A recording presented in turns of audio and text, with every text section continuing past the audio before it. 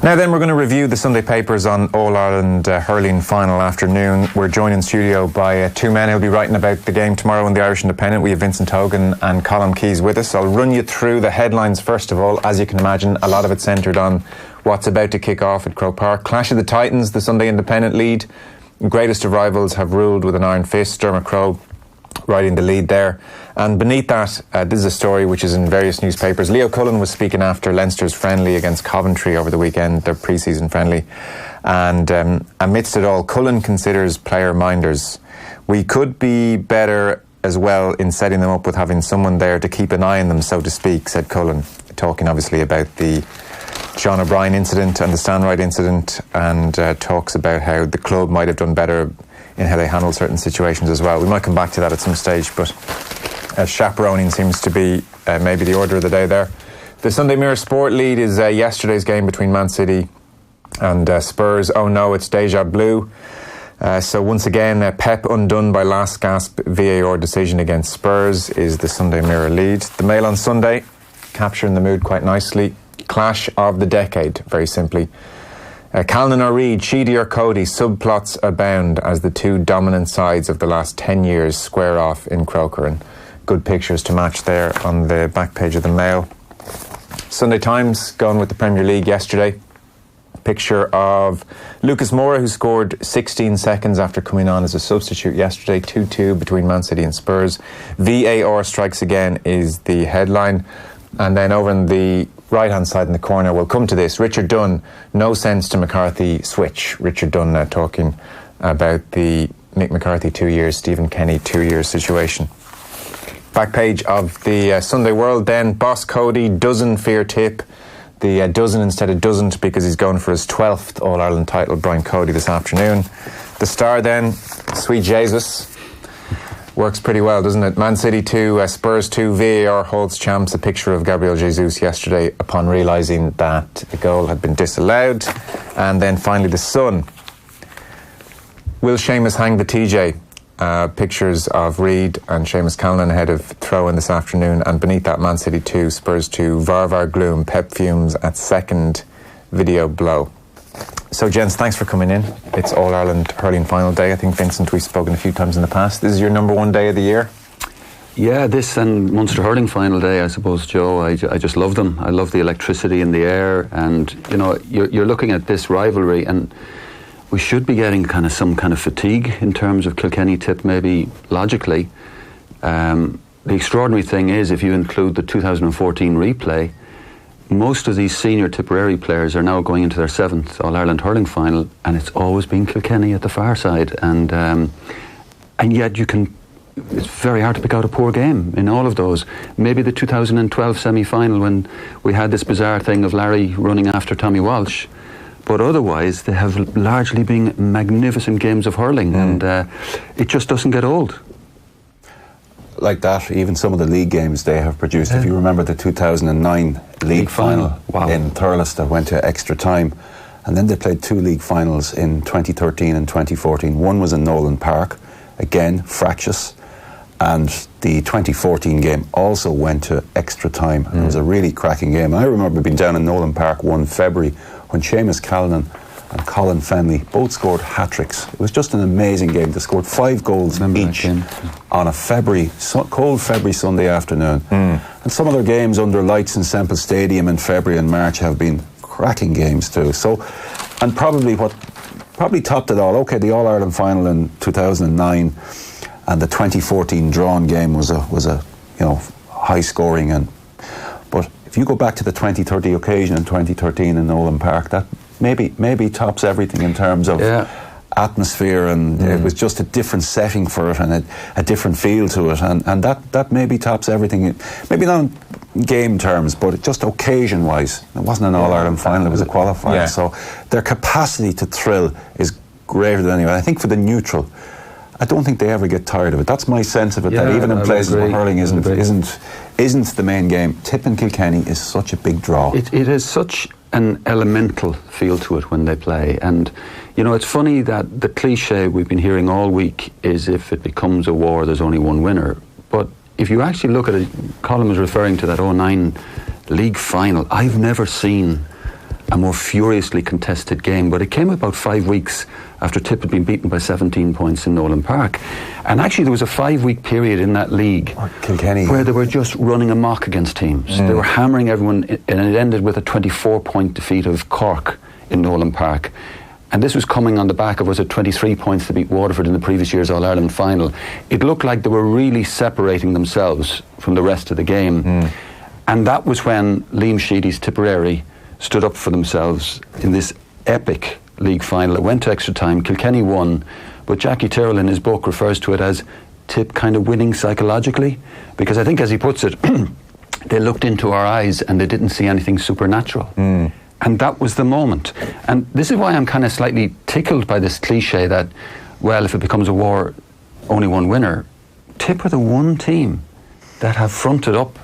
These guys have fronted up to Kilkenny over the years, and I think they'll front up today. I've no doubt that the middle third is going to be a war zone, but I've no doubt that Tip, you look at their half-back line, are you telling me they're not going to front up? Yes, they are. Yeah, my only doubts about Tipperary stem from that Munster hurling final, when I thought Limerick brought a rage and a level of physical aggression that day that I felt Tipperary weren't able to go with. And I thought Kyle Hayes probably identified most in that regard, that, you know, he put Pádraig Maher on the back foot, and that Tipperary half-back line was put on the back foot like I haven't seen since Kilkenny were in their prime.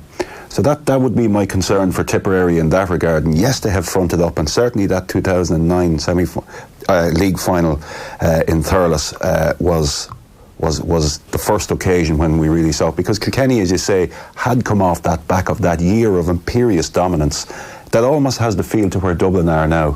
That's the way I felt about it when you thought, are they going to lose? Yeah. And all of a sudden, Tip came in, hit them so hard in the first few minutes. That was when the yellow card in that league final, was sent off. So there were Martin number Comerford lasted 16 seconds or something. Yeah. So there was all of this going into in the maelstrom, and in the end, Kilkenny did get the job done. Richie Hogan was actually just coming on the scene at that stage. Richie Hogan was just on the scene. Kilkenny got the job done, but that was the first seeds of doubt. But the elemental nature of it, if you go back to that league final, I think Brian Hogan had his collarbone broken in a challenge after a few minutes of that league final. And then, was it Shamie Callan got hit by Jackie Tyrrell very early in the All-Ireland final, and it was payback time. Yeah. And that was the kind of, that was the personality of the fixture. It just took off from there. I would think that and just from recall, the first 20 minutes of the 2009 and 2010 All-Ireland finals were like nothing I think I had ever seen before in a hurling match, and rarely since. And there's been some absolutely brilliant games, and even the first 15 minutes of the last All-Ireland semi-final when Kilkenny beat Limerick 3 weeks ago, that had it too. But just the atmosphere and the level of confrontation that those two teams produced on those 2 days. Now, obviously, with Henry's injury in the 2010 game, that drifted away from Kilkenny that day. But I just remember the ferocity of the exchanges in the first 20 minutes of both those games were like nothing. We've name-checked a few finals there, and Colm, you mentioned 2014, so we'll use that as the point where we'll jump off, because it reminded me of something Henry Shefflin said on page 3 of the Sunday Times here in his piece, and he says a more interesting thing at the outset, which we'll come to in a second, with a great Cody anecdote from recent times. But you mentioned 2014 as being this brilliant match. So he talks, Shefflin, here about how Tip's forward play is designed to drag defenders around the place. Kilkenny weren't able to cope with that in 2014. He said, I can remember Cody being absolutely livid after the 2014 draw. Massively high scoring game, brilliant to watch for all the neutrals, but all he could think about were the tackles that weren't being made, the intensity that was missing. He hated the openness. That is Shefflin's memory of 2014, very different from all the neutrals. I remember being out in the City West Hotel on the Sunday morning after the replay, and sitting down with Cody in one of his great 10 or 15 minute interviews before he went off to Crumlin with the cup, and that's the day he excoriated Barry Kelly too. But one of the things he mentioned was he didn't think the replay, we all thought, is this the greatest game of all time? Brian Cody said, it might be for ye or it might be for someone else, but certainly for me it wasn't, because the hooking, the blocking, the tackling, it wasn't that war zone. He says, I think, and obviously I'm biased, but I think that the replay was a much better game.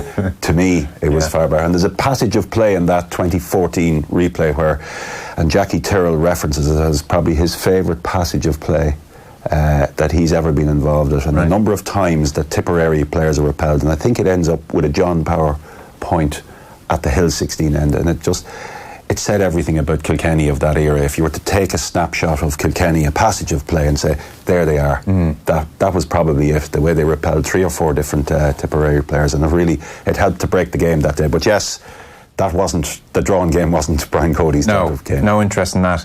Shefflin tells an anecdote at the start of his piece, which is great, and kind of captures where Cody is even in 2019. Yeah, so Henry recalls Ballyhale and Kilkenny training at the same venue in the run-up to the All-Ireland Club final, and Brian Cody comes over to wish him well in Ballyhale's final, and also to tell him that he expected the Ballyhale players, TJ Reid, Adrian Mullen, Joey Holden and Colin Fennelly and a number of others, to be in training on the following Wednesday. And Henry thought, he didn't think it was fair, but he also understood that was Cody, and he says, was it tough on them? He writes, it's supposed to be tough. And I suppose that sums up Brian Cody in many ways. The final is over, club final, just get on with it, no time to breathe. Henry thought maybe they should get a week, maybe they should get a little bit more time, but he wasn't having any of it. Because he says, my first reaction was it was unfair and the lads, win or lose, they were going to let their hair down for a couple of days. Kilkenny's league campaign was over, the championship was still 2 months away. Would it have killed Cody to give them a week off? What I find interesting here is that one of the greatest hurlers we've ever seen wouldn't dream of saying to Brian, that's unfair. You know, I'd say this is the first Cody knew. Exactly. You're reading Henry's column and you're knowing he said that to himself. Yeah. But that the boys will have been in on Wednesday for training, and it's a measure of the force of Cody's personality. And even when I was doing Henry's book, when Henry's career was tapering out in 2014, there was no big warm friendship there. And Henry would tell you that he had what he considered a unique relationship with management over his years in the team, where on the Tuesday in Kilkenny when they were celebrating an All-Ireland, and the players would obviously meet in one pub, but the management team, Cody and his selectors, would invariably meet somewhere else. And Henry would dip between the two. The only player who dipped between the two, because he had that kind of stature with them, and he felt that gave him a special place. But when it came to 2014, he didn't have a special place. It's temporary. Maybe the other thing that exchange says is that Brian Cody has been feeling more heat and more pressure than he needs. He knew how much he needed TJ Reid back as quick as possible. It's a good point, because Shefflin does say, in fairness, results had been patchy. He was still trying to build a team. Like, we look at it from this vantage point and all is well, but at that stage he wanted the lads back in the headspace as soon as possible. He says, Shefflin, this run to the final has been all about Cody. Nobody could have imagined it during the Leinster Championship. And then he goes through the All-Ireland final routine generally. He said the players would have been told the team on Friday night, and that's when Cody will have made his big team talk. In the 16 years I spent in Nolan Park, the message didn't change from year to year. But he says, in those situations, he's an incredible communicator. His presence dominates the room. Even if you've heard him say these things a million times, you're still hanging on every word. I remember being at the coaching conference in Croke Park one year, and you're looking to see, well, is there anything different that Brian Cody says in public that he's saying to an audience like that? And you don't get the sense that there is. But he on that day, unscripted, he spoke for 40 minutes, and he spoke about the sanctity of the dressing room and the importance of it, and how Nolan Park was their centre of excellence. Yeah. And it was very fundamental stuff, but his delivery was magnificent. I just found, you've heard it before, you've heard the words of genuineness and honesty, and he uses these words over and over again, but it's delivery, and he held the room that day without a script, without a PowerPoint presentation, nothing. He had no props. He just spoke with his arms over the podium, and he delivered it brilliantly, and everybody came away that day feeling that they really got something out of it. So you can just probably transplant yourself in there, and if you can catch his voice, you can just get the sense of the firmness and his conviction in what he's saying, and he believes it, and he believed it about this team, because on the morning after the 2016 defeat, he said, there are players in Kilkenny and they're going to come, and they're going to come quickly, and I can assure you of that.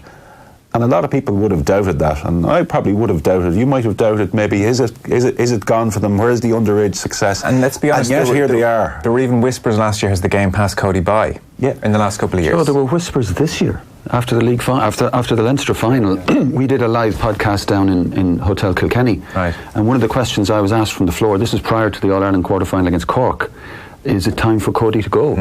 Now this is a team, this is a group, they won the league last year with a patched up team. When Richie Hogan got the goal against Limerick and Thurles in the All-Ireland quarter-final, you're thinking, my God, they're going to make the last four with this hopelessly patched up team.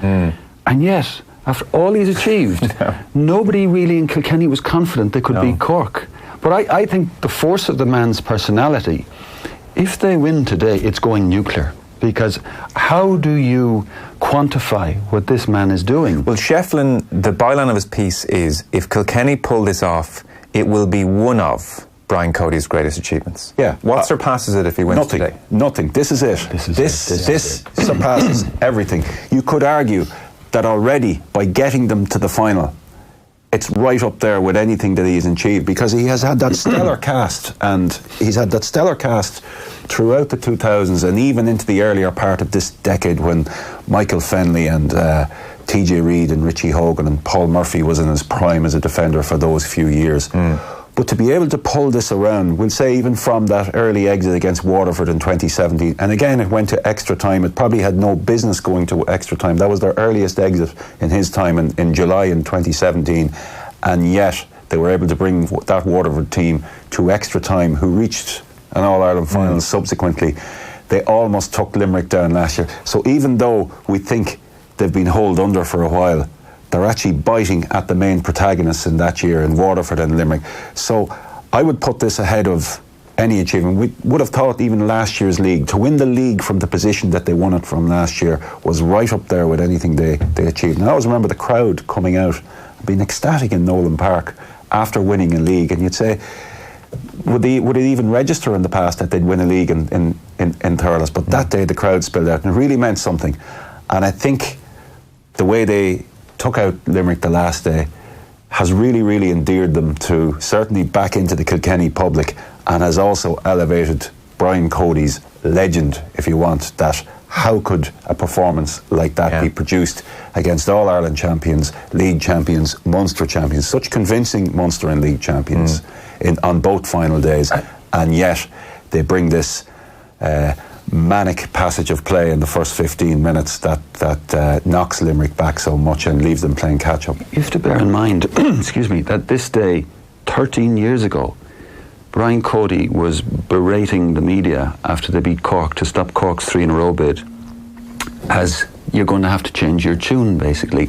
And he was defending Noel Hickey. Everyone's saying Noel Hickey was too slow. Well, he didn't look too slow to me. That's 13 years ago. He's been fighting this fight of proving people wrong over and over and over again. But what's really borderline miraculous about this is only 8 players have started every championship game this year. Only 8. That's basically half the team. He's been chopping and changing, looking for solutions here, looking for solutions there.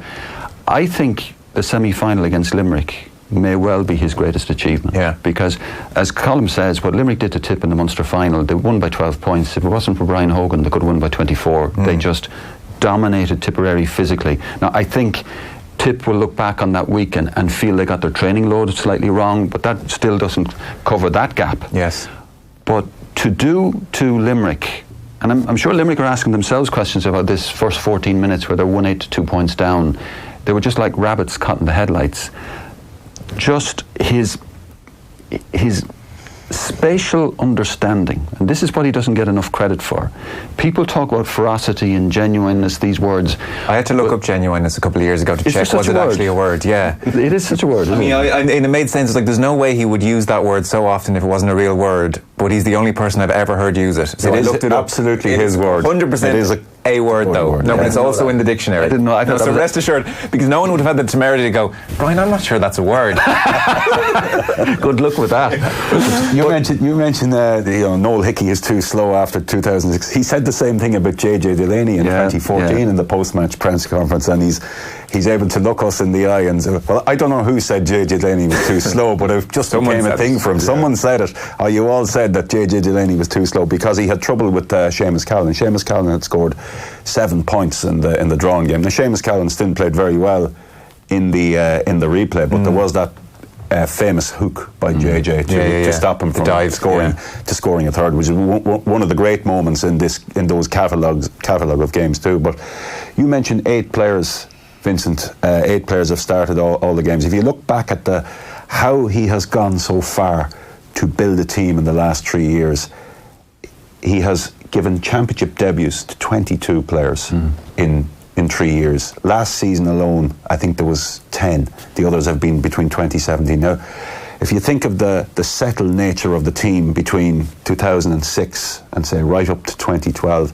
I'd say there's probably half that number of debutants. So he's really trawled. He's really thrown the net far and wide. And I think even tactically, he has made adjustments. I mean, but he's always put out the vibe that tactics are But I think nothing. I think that ties in with your point on his spatial awareness. I think he probably just sees so much and almost doesn't give himself credit for how much he's actually taken in, and how in an instant I'd say he knows what certain matchups will work and why they'll work without even being able to fully explain why. You know, and because Shane McGrath was on during the week and he was saying, well, you know, Sheedy wouldn't position himself as the biggest hurling brain in the room, but he's a brilliant delegator.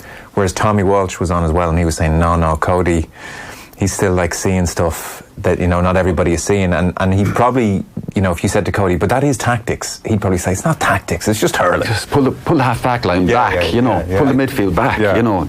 I think someone was greatest work is the way he has shaken up teams between the All-Ireland final replays that he's involved in. If you think of him sprinting Walter Walsh. The adjustment he made between the draw and the replay in 2014, it was a completely different game. Yeah. So Kieran Joyce comes in on Bonner Maher, man of the match. Pádraig Walsh comes in, Brian Hogan is dropped. Things that you'd say, oh, that can't happen. And they happen, and they work, and they win. And Cody is left saying, well, you all said the game changed when Clare went and won, but here we are, hurling doesn't change. But in fact, he does change. And I think even Killian Buckley's selection today says something, that Killian Buckley will probably play a more defensive role, because they are conscious of what maybe Seamus Callan can do to that full-back line. To round off the Shefflin piece then, and we'll move on because there are loads of great pieces. He says, who wins? I think Kenny will squeeze the life from Tip, is his point. If Kilcody pull it off, it'll be one of Cody's greatest achievements, without question. We'll get on to other predictions in a moment. To round back one last point before I go to an ad break, you were talking there about how, you know, Shefflin had the stature to go between both groups, players and management, and then ultimately when his end arrives, he's cut off as ruthlessly as everyone else. Like Jackie Tyrrell has said something similar about meeting Cody for his retirement chat. And Michael Verney had a great piece with David Herity on Friday, and he met Cody as well at the end, and he said the nicest thing Cody said to him was, you had a great run of things. Good run, yeah. You know, do you think Shefflin was hurt by that? I think he was hurt at the time. I think he was a bit confused by it, because he felt he had a line of communication to Brian that didn't prove to be the case when his career was tapering. But if the way Henry describes some of the weekends they had in Carton House, there was an absolute coldness. They'd call the players in and the management would be at a table, and how do you feel you're playing? And it was very much a kind of, you're on that side of the table, we're on this side of the table, and no player gets any special treatment here. And Henry's description of it is very cold. It's a very cold environment. It's a very hard environment. But Cody has always had this thing. It's self-sufficiency. It's personal responsibility. You stand up and you be a man. When we talk about that spatial understanding, and I think he's a wizard with spatial understanding, but he also expects his players to understand it. And you see enough, I think Tommy has spoken about this, you see an awful lot of players taking control out there, and that seemed to happen in the quarter-final against Cork, where the half-back line was too far out from the full-back line, and there was a huge gap there, and you have the likes of Patrick Horgan and Alan Cadigan inside, absolutely causing chaos. And in those first 7 or 8 minutes, you thought, Cork are going to destroy them here. But the adjustment was made by the players, and he demands that. But I think it's through this kind of hard love, you know, that they, I was writing about this during the week, that they are so desperate to get a kind word from him that they will go to war, and for him to say, well done, Henry, my God, they're levitating, you know.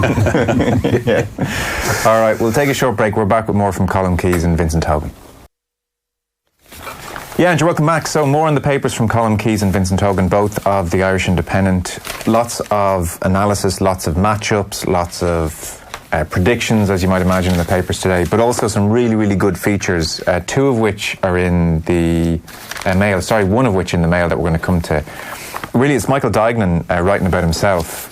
He's obviously a regular columnist in the Mail on Sunday, writes about hurling all year, and on page 82 and 83, he writes an incredibly personal piece. It is a scary thought I've really started to feel this in latter years, but that the Offaly team of 94, that bunch sort of feel forever young. They'll be the old men in their suits to lots of people looking on today, the Jubilee team. So Michael Dignan is talking about what All-Ireland final day means to him. And he goes from his youth right the way through to current day, Vincent, and it's incredibly personal. It's a beautiful piece, and it's a lovely piece to write on the day that we'll see the Offaly lads out on the pitch as a Jubilee team, and it always makes me feel really old when I see these guys, because to me they're young guys. You know, I would have been very friendly with the tip team of 91, and you know, they were out there 3 years ago, obviously, and a lot of them, like myself, going very grey, and some losing the hair, but all wearing these suits that make them look older maybe than they really should look. But yeah, this is a really deeply personal piece, because there's a symmetry to this in the sense that the 2009 final was when his wife Adele was admitted to hospital. Now, she'd been diagnosed with breast cancer much earlier than that, but things came to a head very, very quickly. They brought her into hospital the morning of the 2009 final between Tip and Kilkenny. She died the following Tuesday week. Now, Adele was 41, and you know, leaving behind two young boys, and just the impact on their lives, and just I can't imagine what that's like, that you lose someone so young and the mother of your children. But he writes really, really beautifully about it here, and just trying to cope with this, but also the importance of friendship, and the friendships that he's made with those guys. They still keep in touch. They're going on a holiday. The 94 team are going on a holiday to Portugal, I think. But I don't know if you were watching the game, the documentary on RTE during the week, a beautiful documentary, but Dahi Regan is one of those interviewed in it, and he breaks down about the emotion of these days. And, you know, when rotten things happen you, the friendships of a dressing room can sometimes be the thing that pulls you through. And it's so stand out to me. Like he mentions playing golf in Burr there a few weeks ago, and he could hear Johnny Pilkington's abuse from 3 fairways away, and just that group have such a story to tell. And you know, they were the most unorthodox, unconventional group I think that ever won in All-Ireland. And 94, of course, we all remember it as the 6-minute final. And what I particularly remember about that day is the access we had as journalists to those players. Within 2 minutes of those poor Limerick players going into the dressing room, we were in there standing on their towels. Like, you know, it was an extraordinary time, and your tape recorder's out. What happened? How do you feel about that, you know? So it just feels like a very different time. But yeah, this is a lovely piece by Michael. Even if you recall the 98 Leinster final, and when Babs came out and was over under the Cusack stand side, and he came out and he delivered his tirade against the Offaly players and sheep in a heap, and all of these. He blamed me. Yes. And there was about 14 of us around there, but he only read the Independent. And 11 weeks later, they were All-Ireland champions from that, with a new manager who walked into a dressing room on the following Friday, and none of them really knew who they were. They suspected who he was. So it is, and Michael captures everything there, and aligns it obviously with his own personal story. He captures it very well. One of the striking things about it was, and I'd forgotten this, is he was actually an analyst with RTE while he was still a player, which would be very, very unusual now. Obviously there's guest spots when they're out of the championship, but he was in the middle of it, and he was analysing games and climbing up to the old commentary box, and he references that above the Nally stand.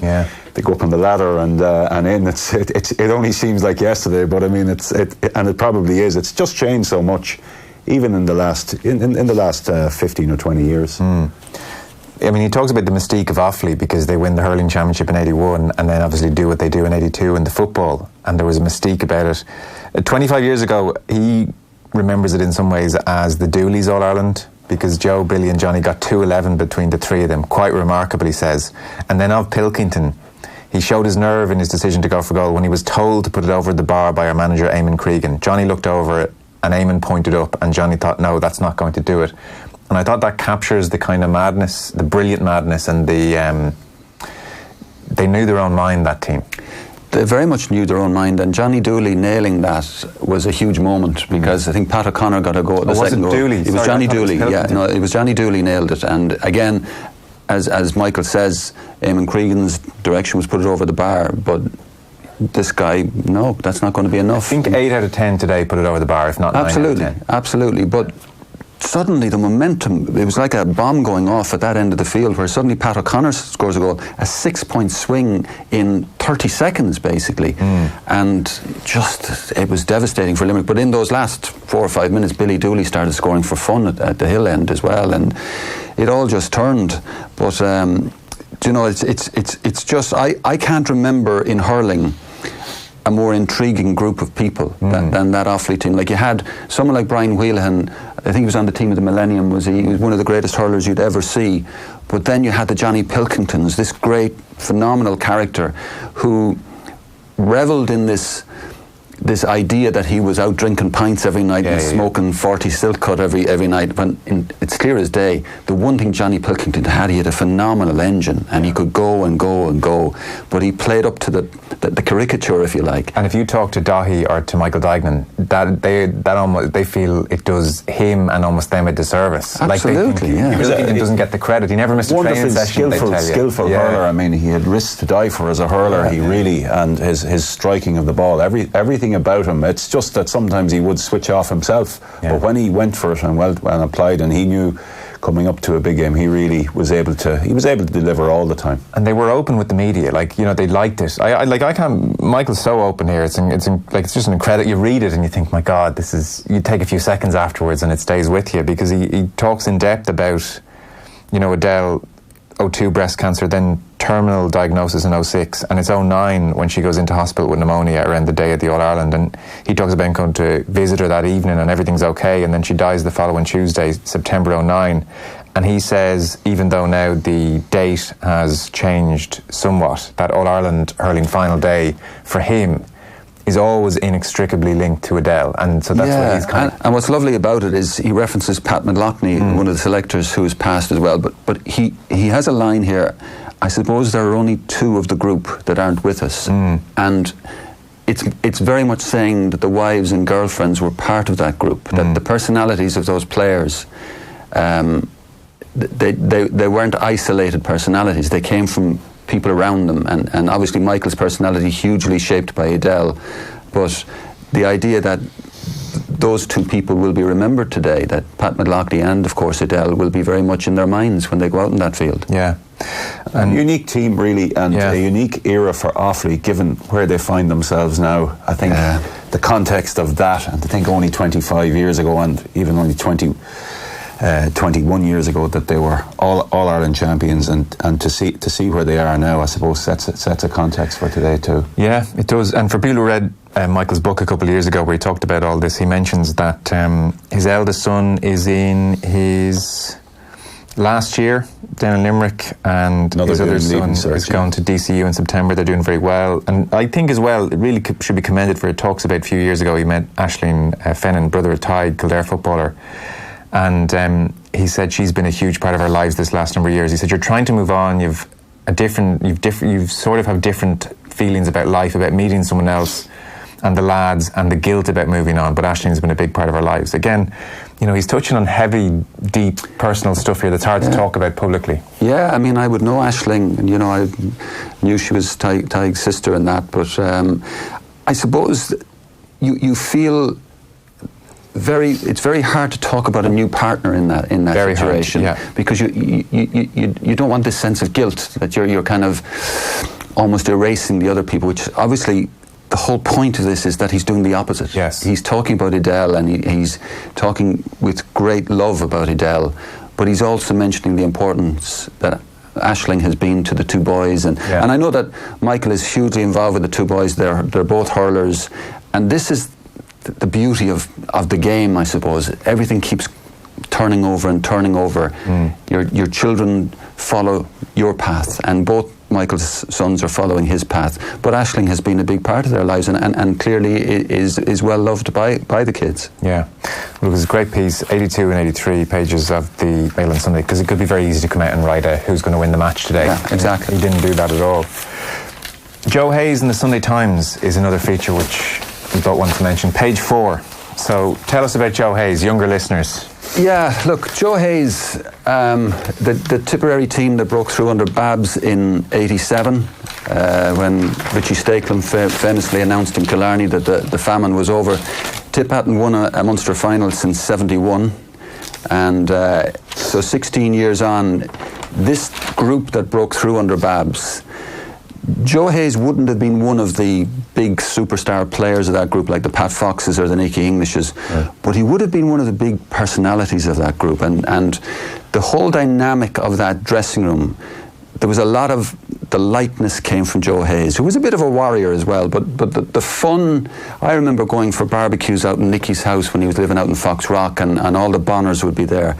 But Joe would do his stand-up routines, and Joe was one of the first people I've ever heard mimic Micheál Hurtig, and he was very, very good at it. Right. But he'd do a commentary about his own performance, and he was priceless. But there's a famous story told about Joe. One day Tip were down in Nolan Park playing Kilkenny and getting absolutely hosed, and Babs was livid with them in the dressing room at half-time, and he went around jabbing people in the stomach, and his punchline before they went out was, "Who's going to win this match? Who's going to win it?" And he comes to Joe, "Who's going to win this match?" "Geez, my money be on Kilkenny, Babs." And even Babs had to break down laughing. But that was Joe. But the thing is, those of us who've known Joe, and I've known Joe for 40 years now, there's a second part to his personality, and he was the life and soul of the party, but we also knew there was a dark side, and that there was, I suppose, what this piece tells me, Joe, is we're much more adult nowadays in how we discuss mental health, and thank God for that. And it's lovely that Joe has been open enough to discuss this with Dennis Walsh. Would this be the first time really he's talked well, it's the first time I've seen it, and I would have been one of those who knew it, but I didn't know that he had been admitted to James's Hospital on Christmas Day in '93. So I didn't know the specifics of it. I knew there was a lot going on there, and as he says himself, I got mixed up in prescribed medication, became addicted to it. It was a very, very hard time. The only thing I had, and I remember I brought it in, I had a hurley with me. I remember hitting a ball up against a wall, but I had no interest in it. You think of hurling at the time. That was 93. 1993, and this macho game. And, if you were suffering any kind of depression, the reflex of people around you was probably catch yourself on, come on, drive on here, we need you. Right. Babs Keating comes out of this with great credit, that Babs went in and visited him in Pat's and made it very clear to him, you are part of our plans, Joe. And over the years, there was a wonderful chemistry between Joe and Babs, because Joe spent most of his time probably as a sub, coming in as an impact sub. He tells you he made a huge difference in different games here, which he did actually. He was a very good player, but that was a very, very good Tipperary team. He says, I never forgot Babs doing that. Yeah. And what I go back to is 1993, I'm not sure a lot of hurling managers would have done that. Really? No, I think it was a much more strict kind of old school toughen up type of mentality, not just in hurling but particularly in hurling, which is this fundamentally manly game. Well, even in 2019, where we're supposed to be increasingly gender neutral, it's still one of the few sports I find on the show where the pundits will, and we even did it at the top, I noticed, and I always feel increasingly, how queasy do you get about this, I don't know, but it's where the phrase manliness is used liberally.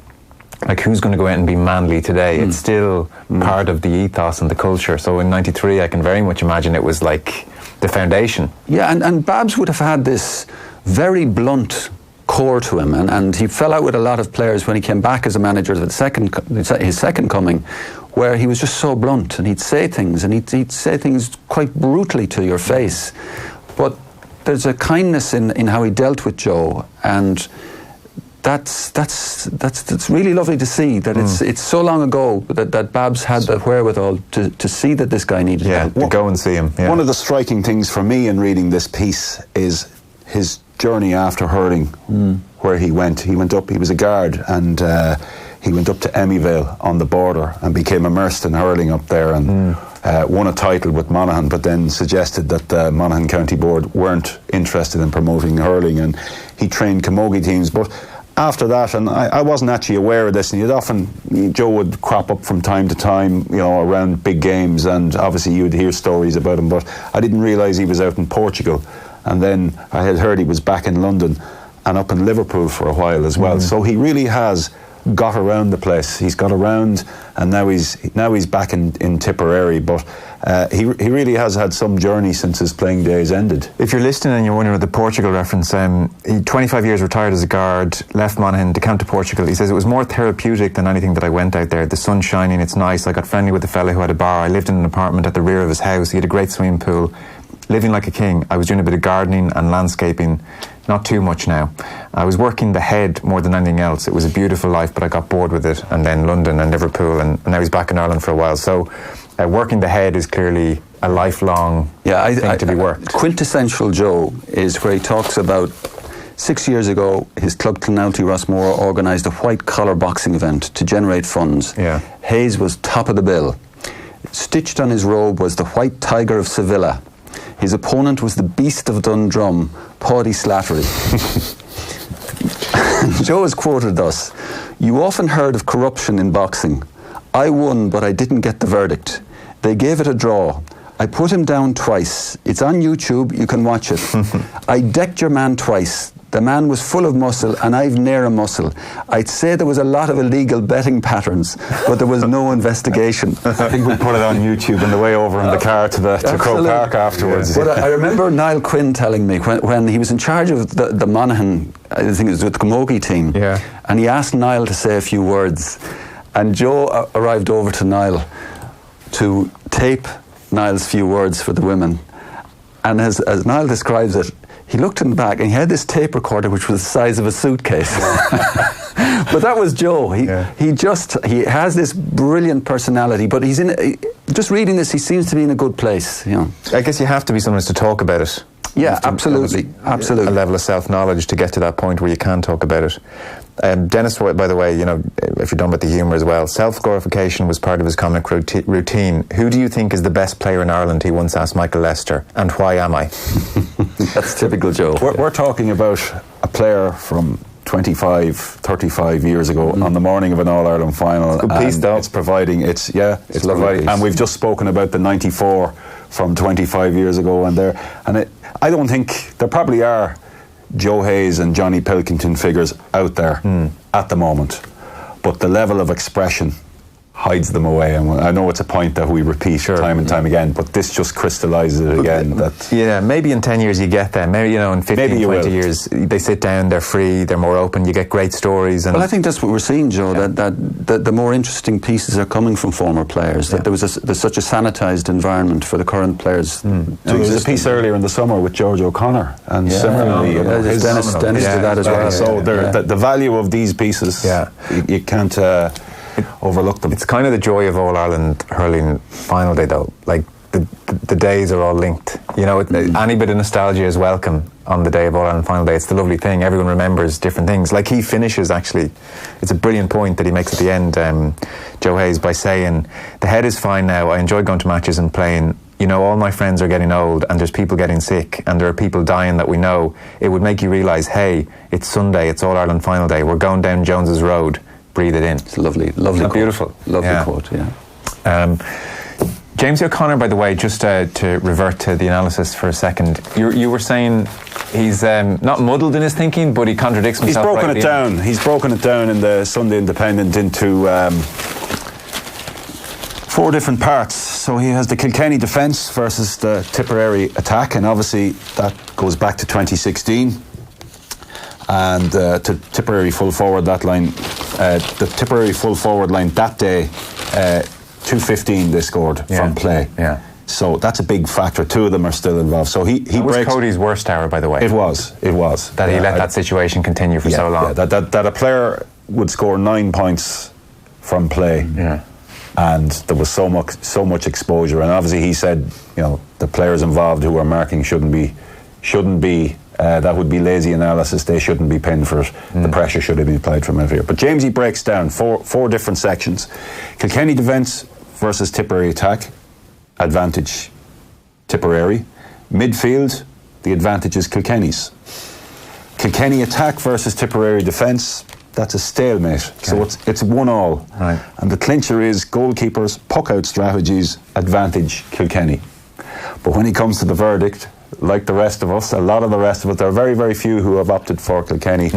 He's going for a Tipperary win. So despite coming down in favour in the breakdown in 4 different sections with Kilkenny, the overall package says Tipperary, and that's probably reflected through all the verdicts in all the papers. If we go through them all, most are leaning towards a Tipperary win without any real conviction, and I think that's probably the way everyone is thinking of this game, is that there's just an edginess because it's Kilkenny, because of what they did to the All-Ireland champions in the first 20 minutes or 15 minutes of that game the last day.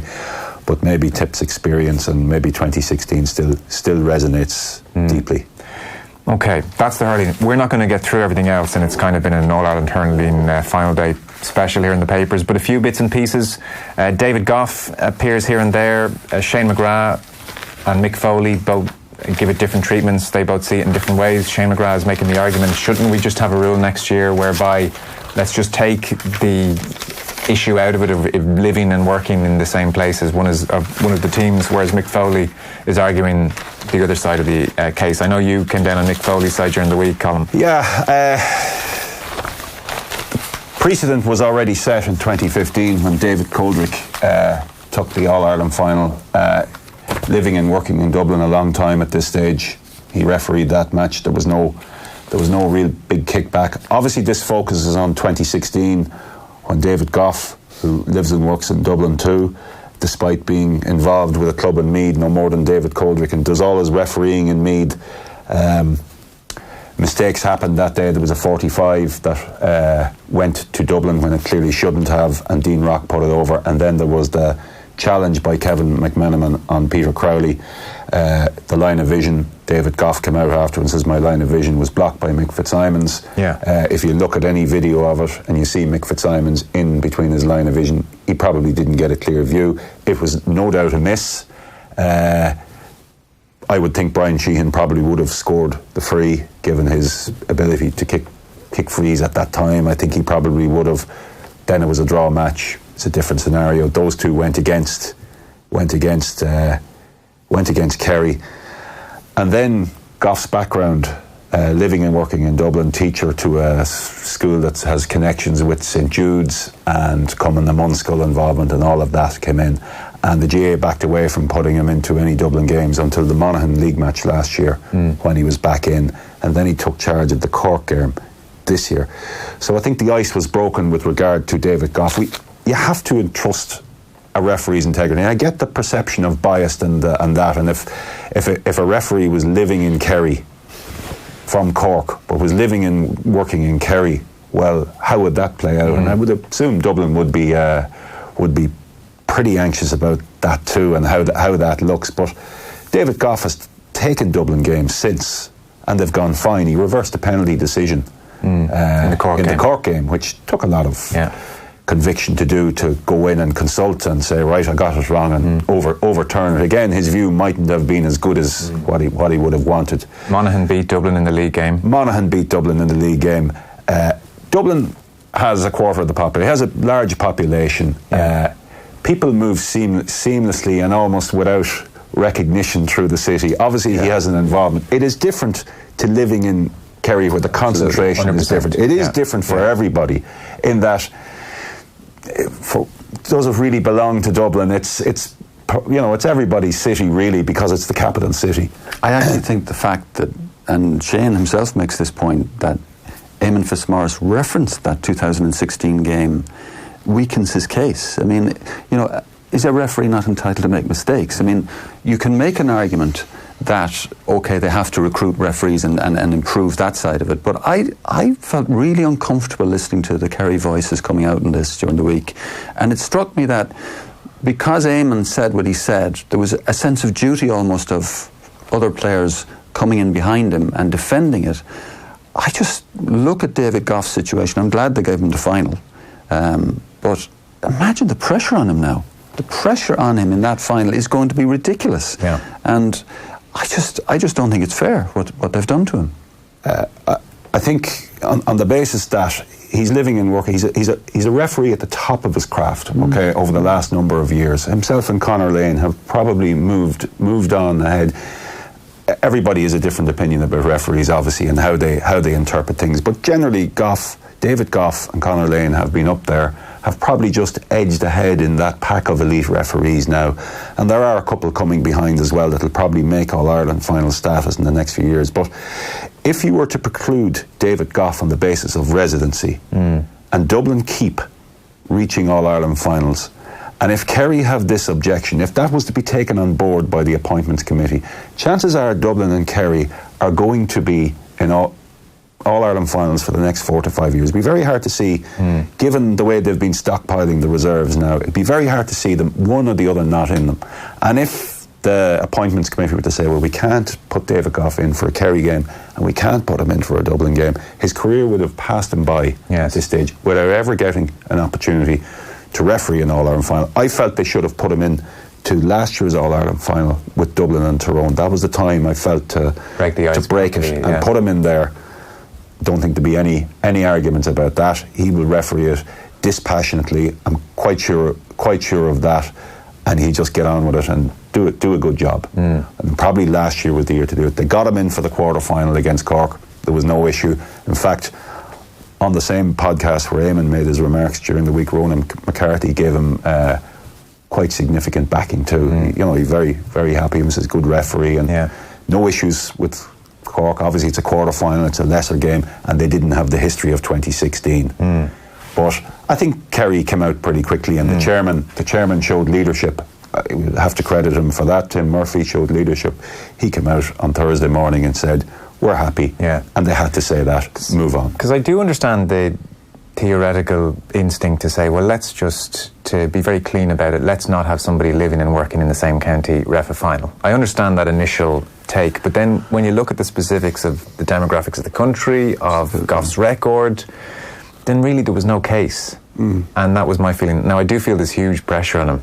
And we are probably treating residency in Dublin different to residency. 100%. I'm not so sure Cork referee living in Tralee should be reffing a Kerry match. 100%. The pressure is even far greater then to deliver, because he cannot go down to his local shop without reference to that. You can in Dublin. You can. And David Goff certainly can in large parts of Dublin without being recognised, but you're not going to be able to do that so easily. It begs the question. I mean, I think Kieran Whelan came out with this. Is it a double dose of Q-tourism? Did they know? Did they know he was going to get it and just put a little squeeze in? I think it was quite clear from a long way out he was going to get it, and that was certainly the vibe. And I think it would have been pretty well known in Kerry, even before the semi-final, that David Goff was right in line to referee this game. So it's mission accomplished now? Possibly. I mean, you know, if there's a contentious decision, is he going to be reluctant to give it against Kerry now? You know, I mean, I don't know. I just feel the idea that he's involved with Cumann and Munskull in Dublin and that, you just can't compare that to a fellow who was maybe living in Listowel or something. No, you know, it's not. I don't know. I'm not so sure it is Q-tourism. It may have developed that way, but I think Eamon Fitzmaurice was just contributing to a discussion and gave an honest opinion. I think so. There is. He would have an issue, and Kerry would have an issue with David Goff in the 2017 Mayo replay as well, with Darren O'Sullivan's black card and some decisions around that too. So obviously there's a thing there. And they've used the residency issue to maybe just cloud it a little bit. I don't think it's. I have to say, I don't think it's a deliberate ploy. I mean, I don't. Personally, I don't. But it's just developed that way. I'd say Fitzmaurice still has 2016 on his mind and doesn't feel great about it. But we did a piece on it during the week, and we offered Fitzmaurice the chance to come on. And he said, no, look, I don't want this to look like it's a massive vendetta. I'm sure he wouldn't mind me saying that. He didn't want to come on and really do it again and make a big deal about it. I just think it was part of a debate and a discussion. I don't think they would have anticipated their podcast chat dominating the national conversation for a few days, and probably on some level feel like, geez, that got a bit out of hand. Because Mike Quirk even came on that night and he said, like, geez, I just checked my phone this afternoon. I can't believe how this has become such a big thing. But I think it's because it was obviously it was the former manager. There was going to be misgivings about him because of 2016 and because of who was involved in the contentious decisions and because of the links, and 2 and 2 becomes whatever it becomes. But David Goff is a fine referee. I don't think anyone could dispute that. And no referee goes out to do anything other than the best job possible. And a few people remarked that maybe being a Meath man should preclude him from reffing Dublin matches. And where does this end? Say David Goff leaves Dublin.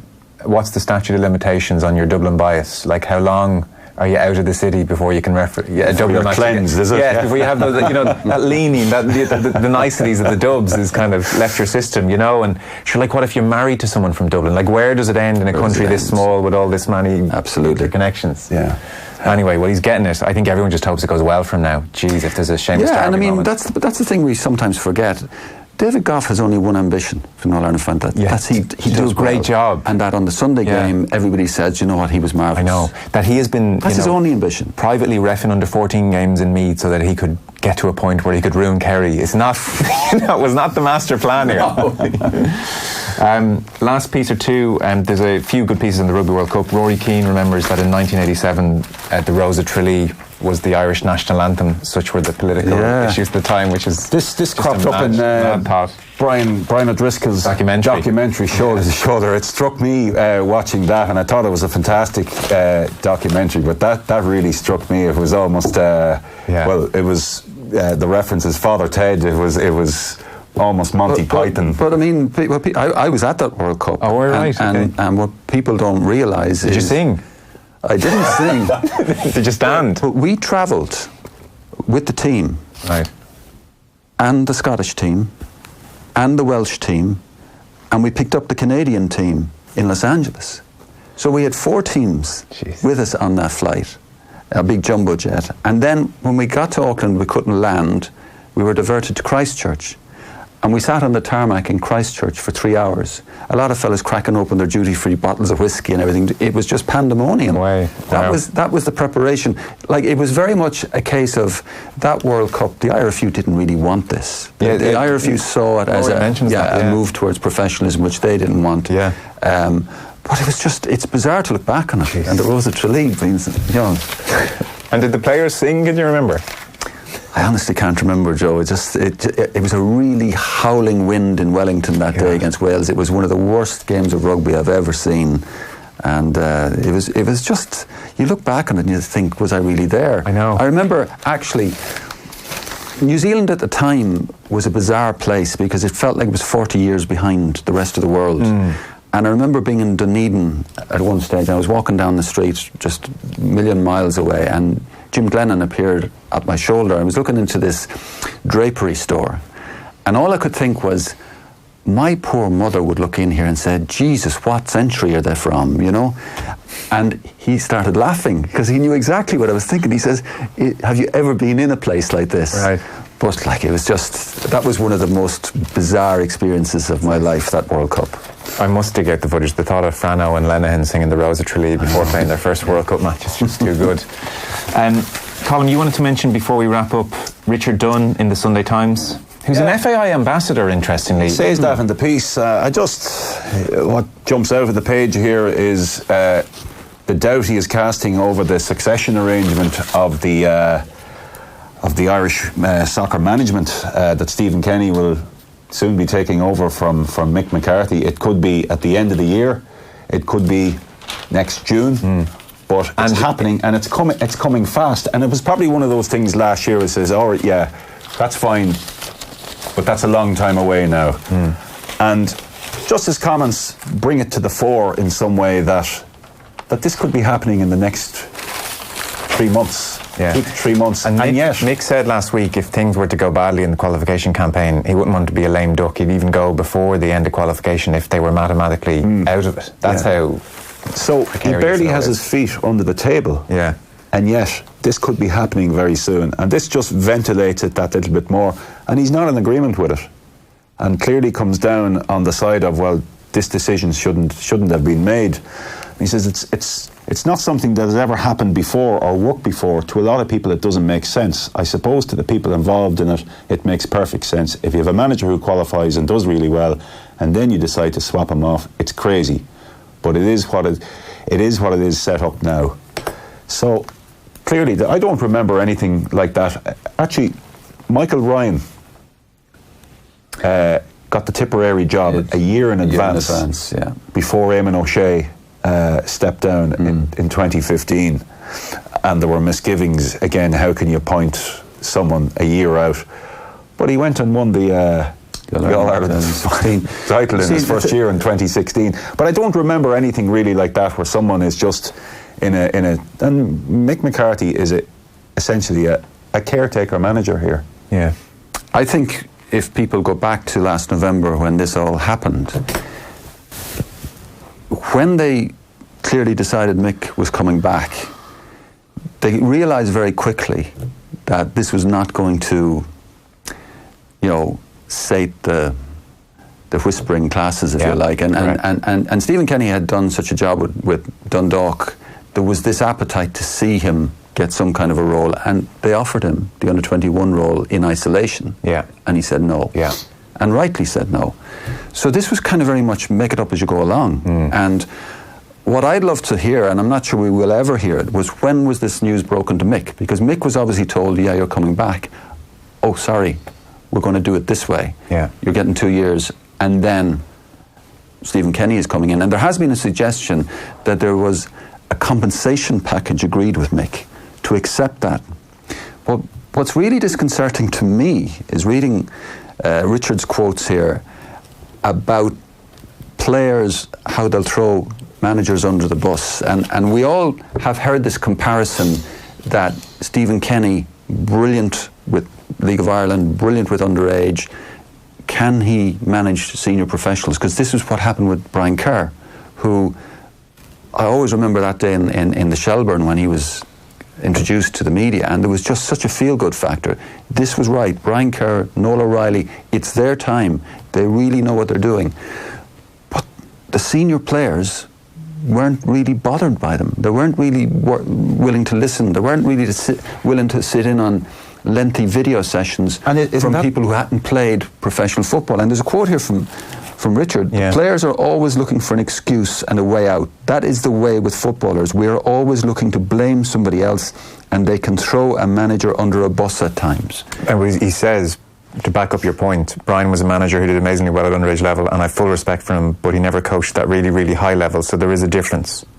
He says for all the in-depth analysis and checking teams and looking at formations, there is a level of knowledge which you get from playing at that next level. Now if that's your mindset before he does anything, he hasn't a hope. He's certainly on the back foot, yeah.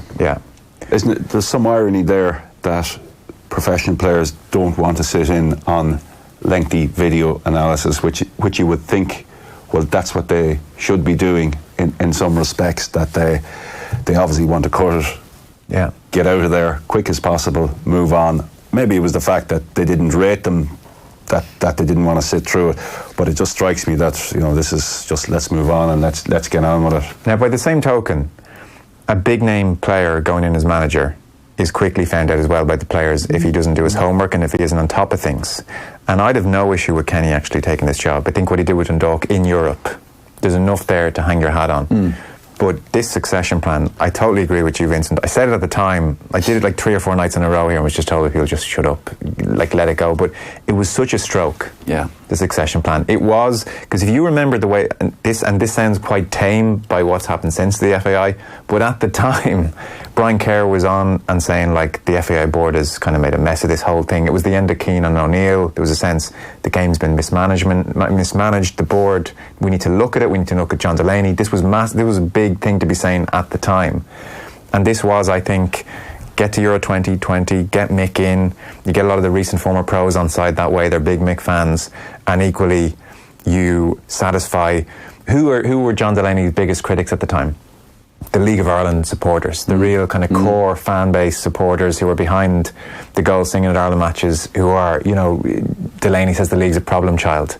This was just a manoeuvre to satisfy everyone. This was a John Delaney appointment, yeah. It feels that way, and it seems Stephen Kenny also, he quite rightly negotiated with that knowledge. And he said, no, it's in writing, I get the job on this day. So that's how we've ended up with this situation. It may work, it may not work, but I don't think, even if this works, I really don't think you can turn around and say the rationale behind the decision-making process was right. It wasn't. No.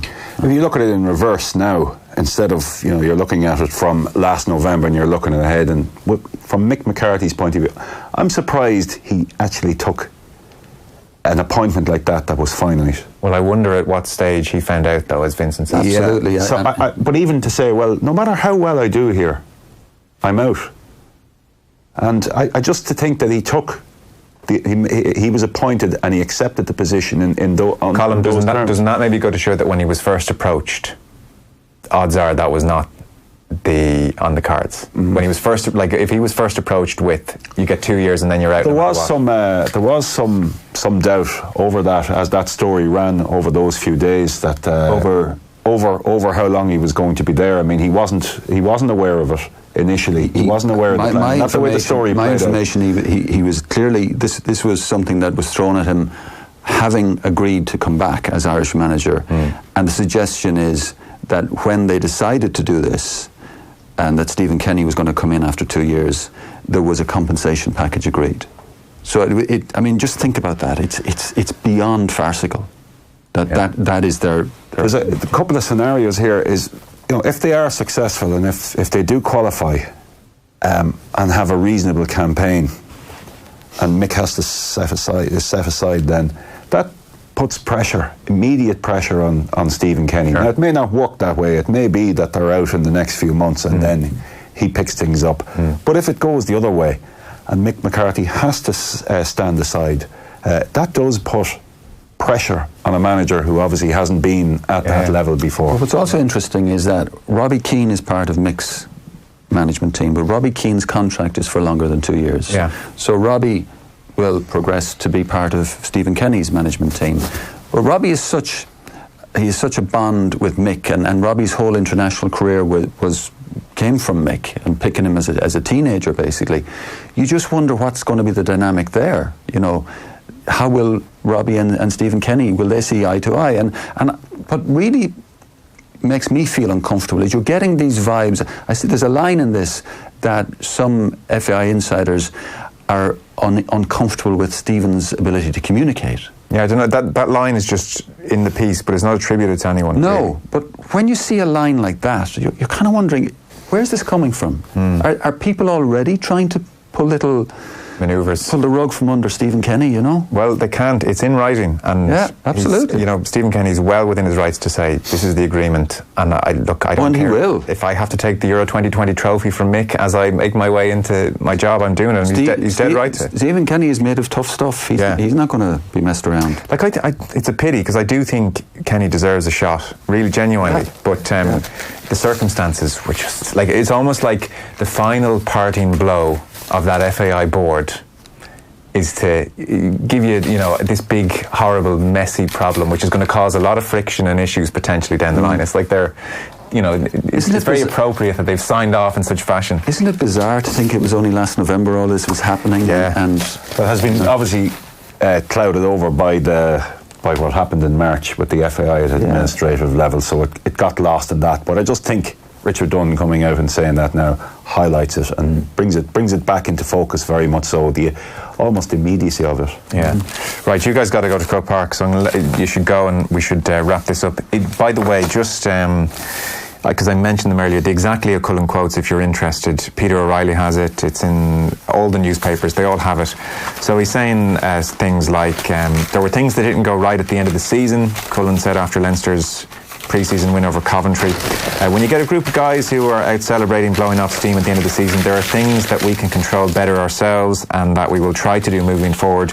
We weren't happy the way that we probably handled it ourselves. We could probably be better with having someone there to keep an eye on them. It's important players are allowed to go out and celebrate, but they're being judged by slightly differently to the rest of the general public. That's the way it is. We weren't happy the way we probably handled it ourselves. That's all Cullen's saying about it.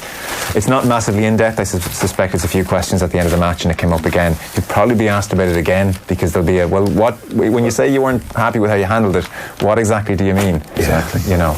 But it's unusual to think that a professional sportsman would need chaperoning like that. That's what jumps out there. Can they not trust their players, obviously, to go out and have a night? Maybe. Recent history suggests chaperoning period is maybe needed. Anyway, lads, thanks so much for doing that. I'm sure people will be reading your extensive coverage and thoughts in tomorrow's Irish Independent. Enjoy it. Vincent Hogan, Colm Keys, thanks so much. Thanks, Joe.